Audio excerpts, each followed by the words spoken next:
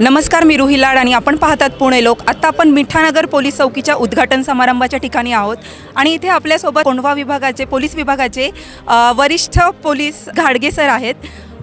Sir, काय सांगताल, आज हे मिठानगर पोलीस चौकीचं उद्घाटन झालेलं आहे, तर हे नेमकं किती फायदेदायक ठरणार आहे कोंढवावासियांसाठी? आज कोंढवा पोलीस स्टेशन अंतर्गत जी चौकी आपण मिठानगर उभा केलेली आहे, उद्घाटन झालेलं आहे, तर याचा फायदा असा होईल की जो टाईम स्पॅन आहे इथून पोलीस स्टेशनपर्यंत येण्याचा, तक्रार देण्याचा, आणि तो रिस्पॉन्स टाईम जो आहे आमच्या मार्शलचा असेल किंवा पोलिसांचा असेल, तो एकदम कमी होईल, जेणेकरून त्या प्रत्येक गोष्टीला आपल्याला प्रिव्हेंटिव्ह करता येईल. त्यासाठीचा ह्याचा खूप चांगल्या पद्धतीने उपयोग होईल आणि लोकांना त्याच्यामध्ये त्या तक्रारी देण्यासाठीचं सहकार्य होईल. आता तरुण वर्ग कोंढव्यामध्ये प्रामुख्याने मोठ्या प्रमाणात तरुण वर्ग कुठेतरी नशेच्या आहारी जात आहे, तर यासाठी काय खास उपाययोजना करण्यात येतील सर?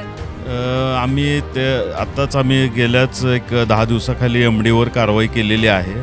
जर मला सर्व कोंढवावासियांना, नागरिकांना आवाहन करायचं आहे, असे काही इनपुट्स असतील तर त्यांनी तात्काळ कळवावेत, जेणेकरून त्यावर कारवाई पटकन करता येईल. महिलांसाठी अशा काही उपाययोजना आहेत का सर, काही खास? महिलांसाठी आमचं जे दामिनी पथक आहे ते 24 आवर्स कार्यरत आहे. इवन जे आमचे लेडी ऑफिसर आहेत त्यांना देखील आम्ही सदरच्या घटनेच्या अनुषंगाने, महिलांच्या तक्रारीच्या अनुषंगाने वेळोवेळी सेन्सिटाईज करणं, त्यांना अवेअर करणं, ह्या गोष्टी आम्ही करतो. सर, इथली कोंढव्यातली गुन्हेगारी कुठेतरी आटोक्यात आणण्यासाठी तुम्हाला वाटतं का की तुम्हाला थोडं आव्हानात्मक असणार आहे?